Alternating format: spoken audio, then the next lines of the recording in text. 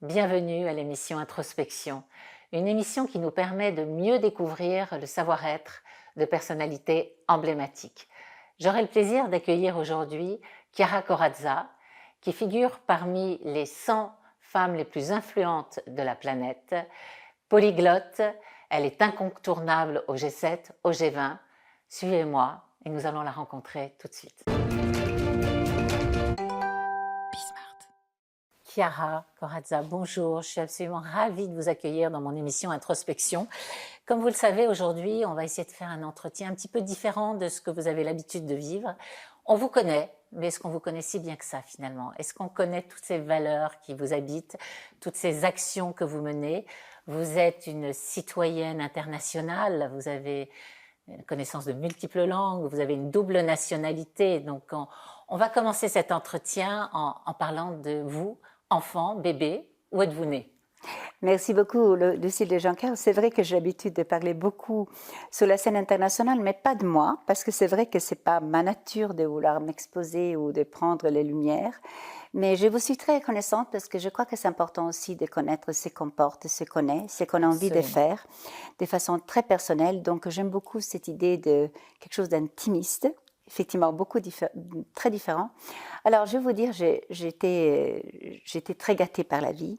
Je suis née un 4 décembre sous la neige, sous les collines de Parme.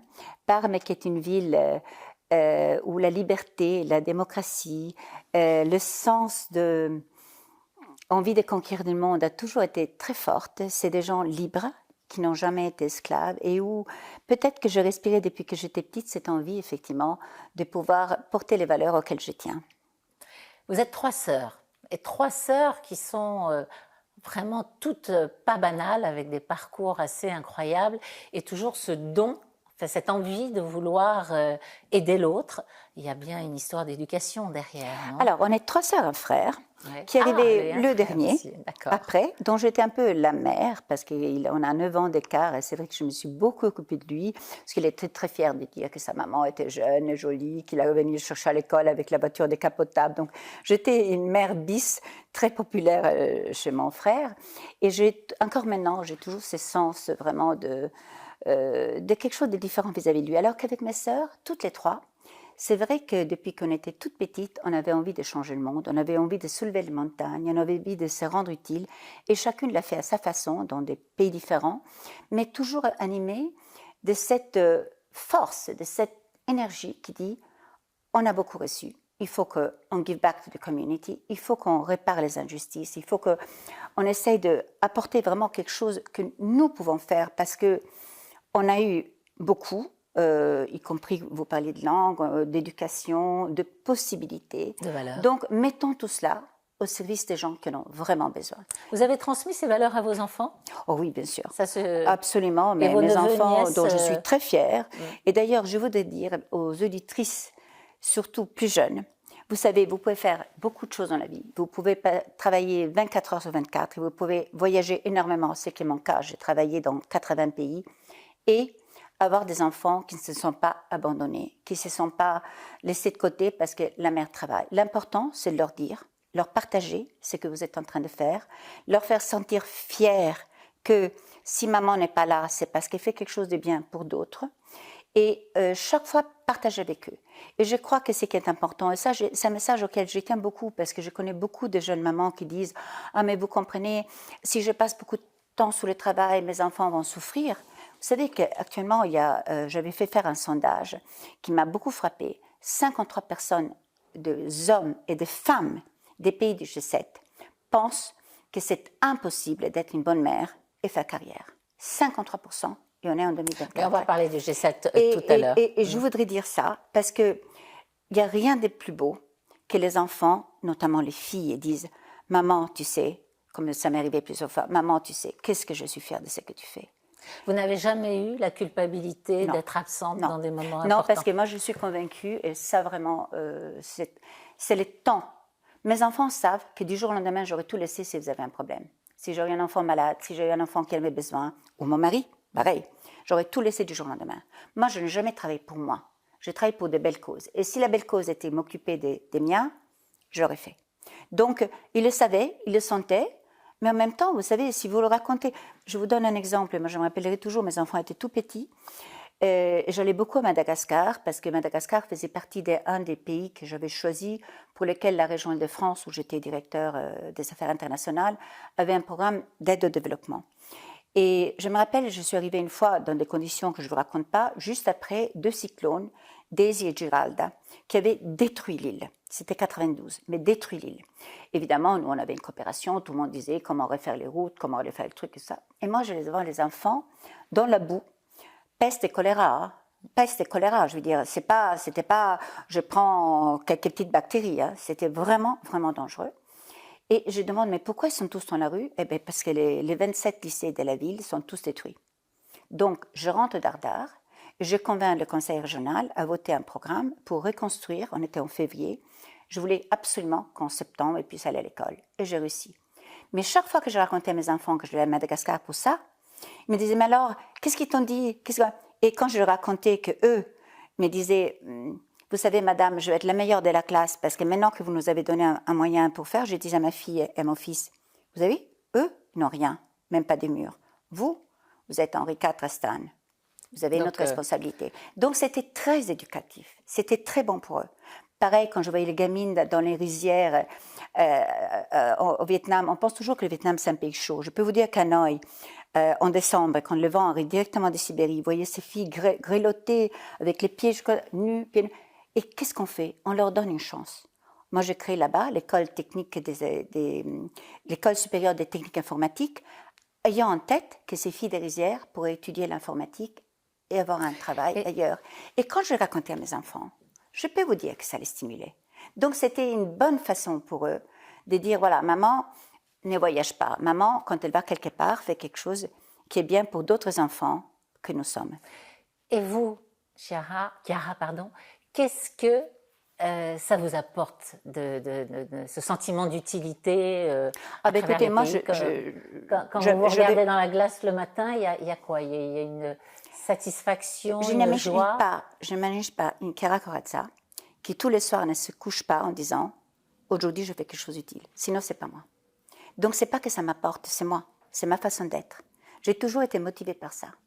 Ça a un lien avec le catholicisme que vous prenez? J'ai été certainement éduquée de façon extrêmement privilégiée. J'étais très bien éduquée, avec à disposition énormément de livres, de possibilités. On m'a donné beaucoup de possibilités, il fallait les saisir.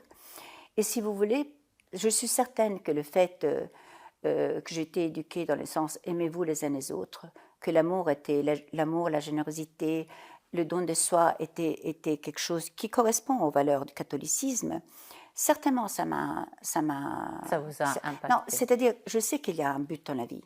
C'est-à-dire, je ne suis pas orpheline de quelque chose. Je sais qu'il y a un but dans la vie.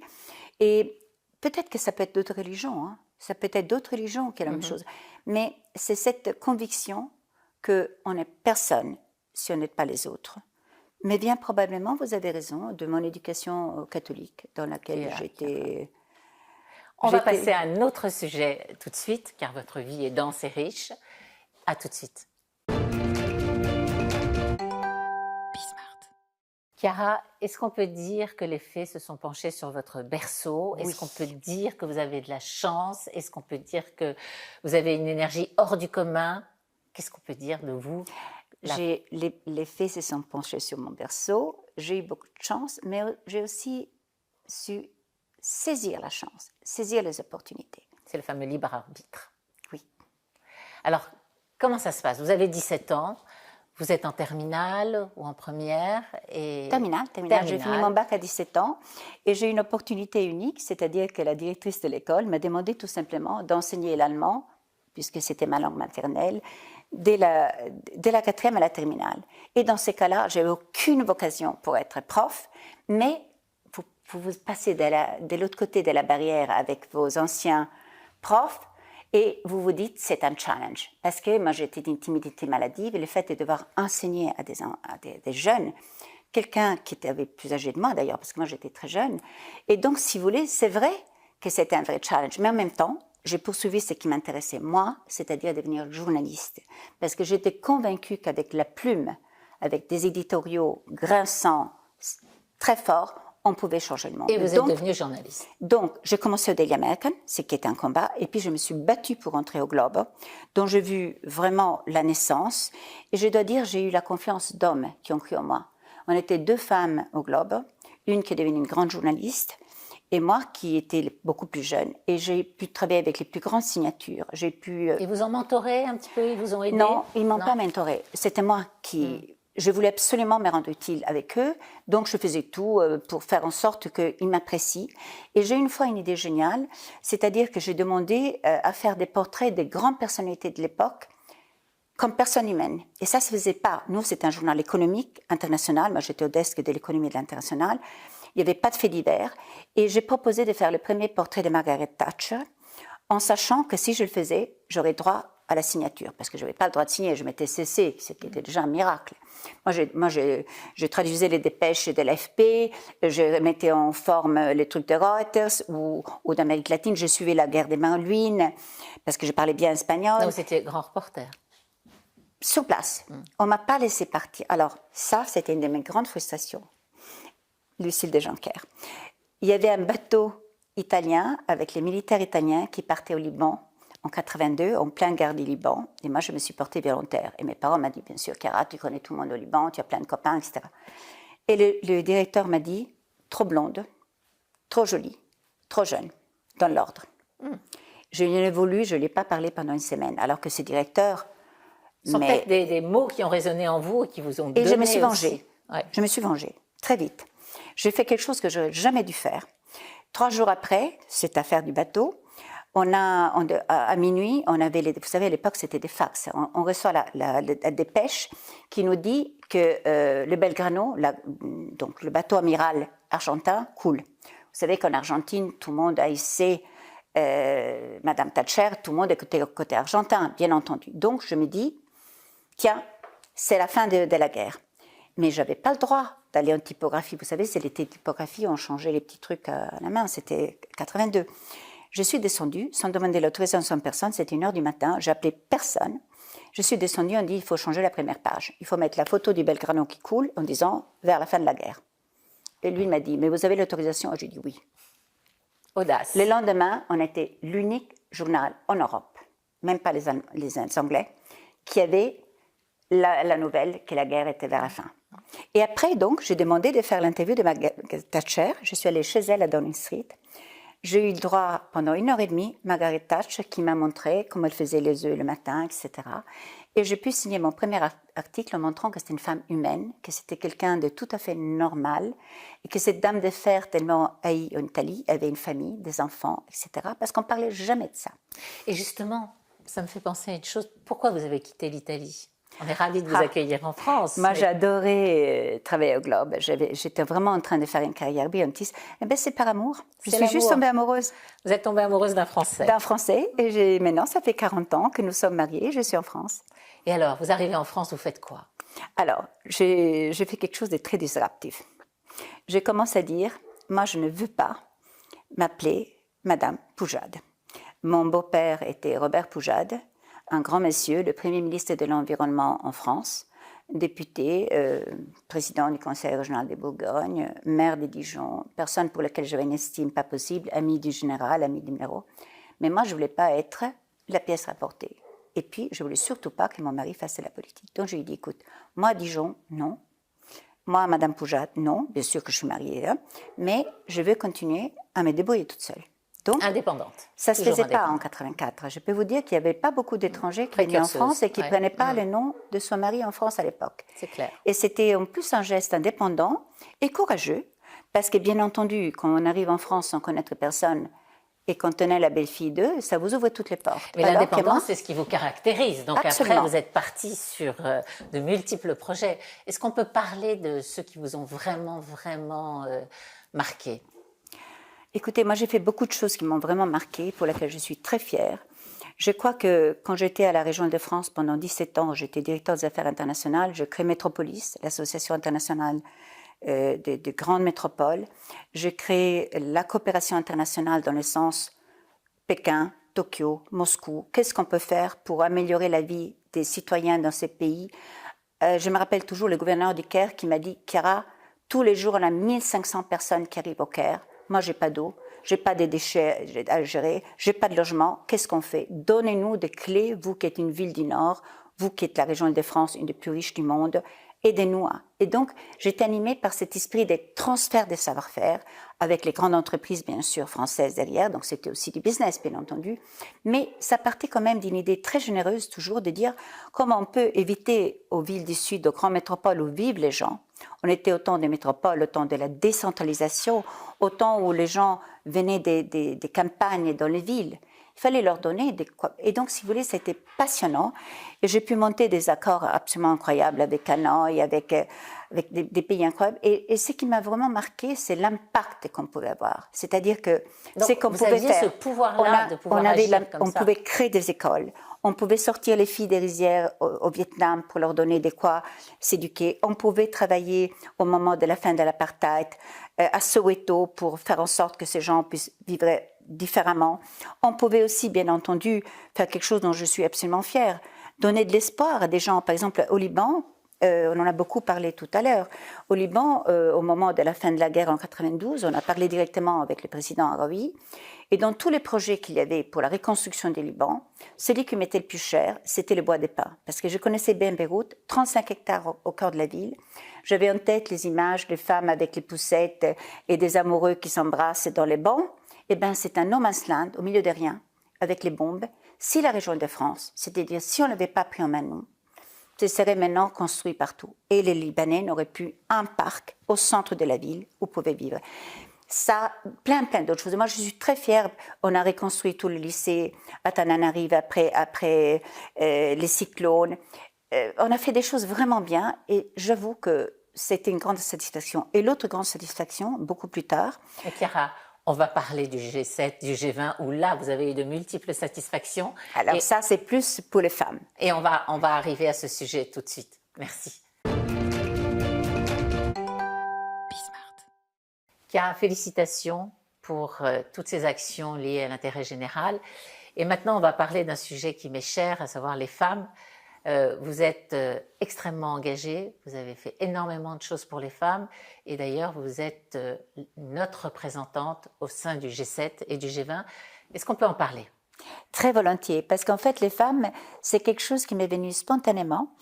Je me suis toujours appuyée sur les femmes pour être efficace et pour réussir. Partout dans les pays où j'ai voulu faire avancer les choses, automatiquement, je me suis retrouvée avec des femmes qui devenaient complices, solidaires, amies. J'ai des amis dans le monde entier avec lesquels on est resté depuis des années et des années en contact parce que justement, on a des biens communs. Alors, moi, je ne suis pas une vraie féministe comme on peut l'entendre parce que je considère que tout cela doit être fait de façon harmonieuse, les hommes et les femmes. Ah, mais absolument. Et quand on m'a demandé d'aller prendre les rênes du Women's Forum en 2017, je me suis demandé, mais pourquoi moi? Et je me suis dit, en fait, parce que je pense que ce n'est pas une question de genre.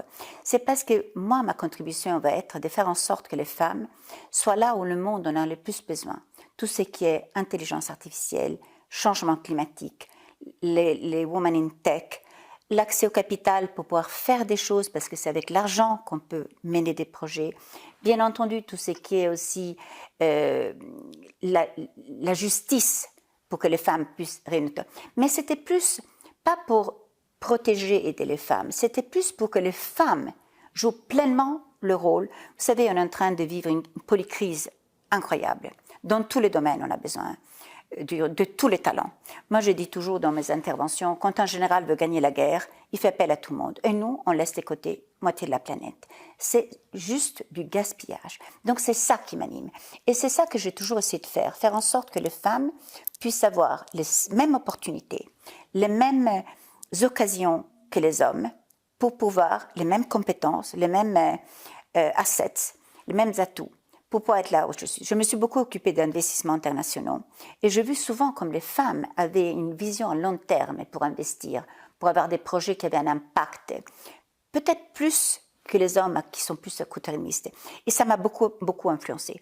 Et donc, c'est vrai, j'ai la chance, le privilège, de façon bénévole, je tiens à le dire, de représenter le secteur privé au G20. Et au G20, vous savez, on fait des choses très utiles. Le G20, c'est quand même 80% de la richesse du monde. C'est des pays très différents.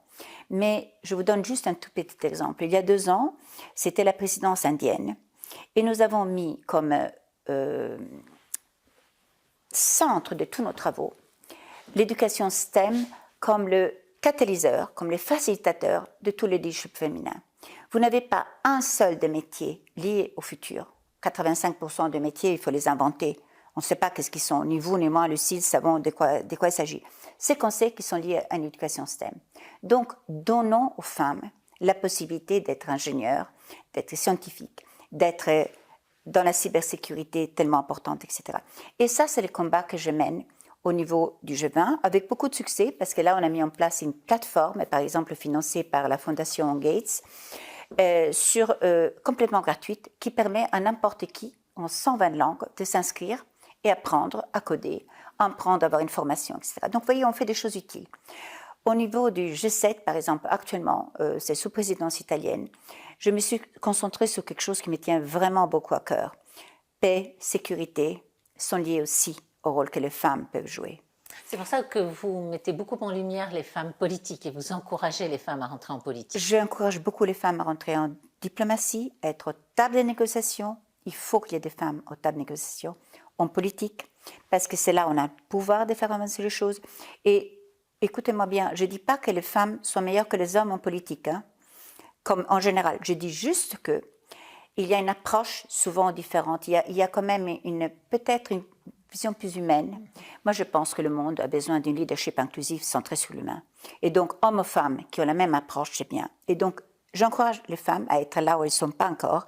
J'en connais des formidables qui font des choses magnifiques, mais souvent, les femmes n'osent pas y aller. Et alors, pourquoi elles n'osent pas, selon vous? Tout simplement parce que, vous savez, ce monde a été construit quand même par les hommes et pour les hommes.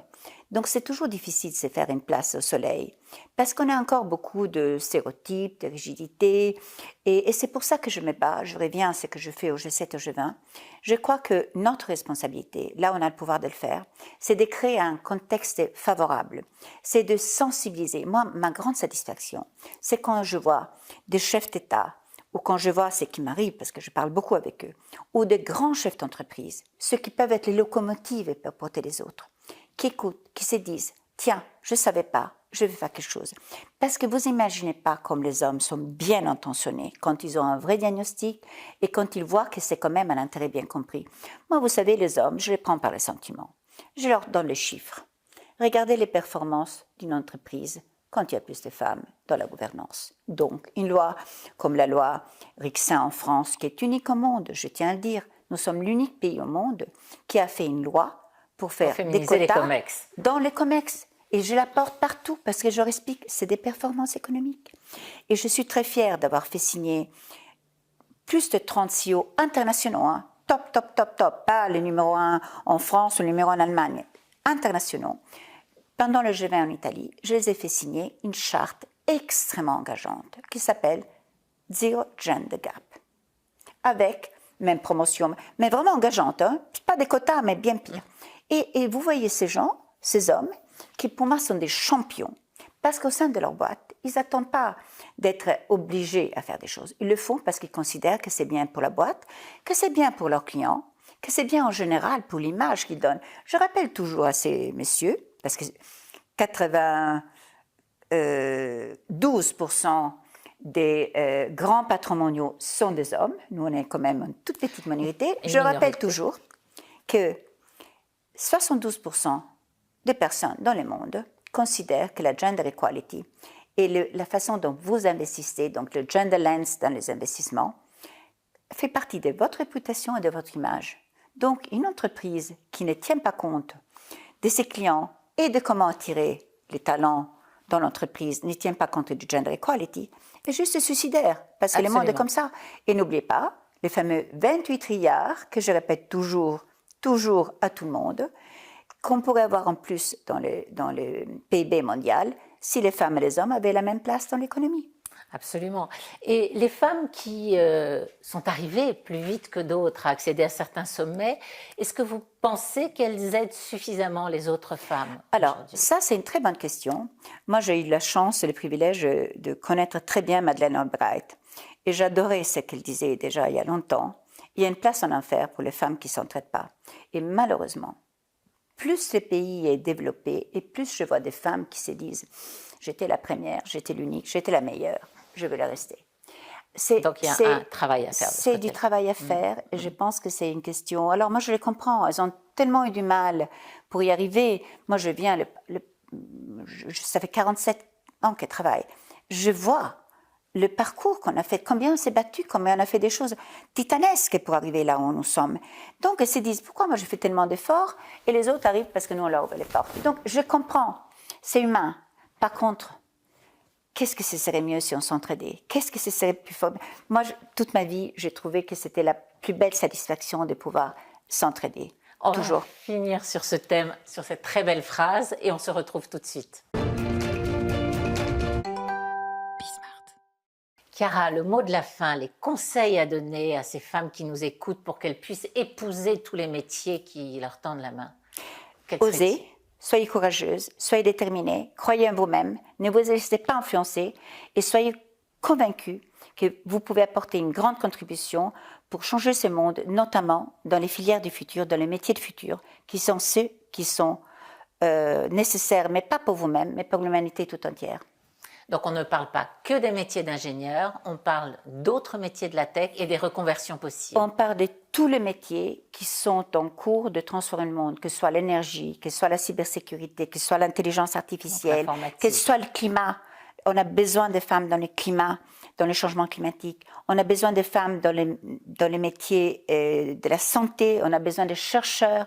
On a besoin de tous ces métiers qui façonnent l'humanité de demain et dans lesquels les femmes peuvent apporter une contribution précieuse et indispensable si on veut que ce monde soit humain, soit juste et soit agréable à vivre pour tous.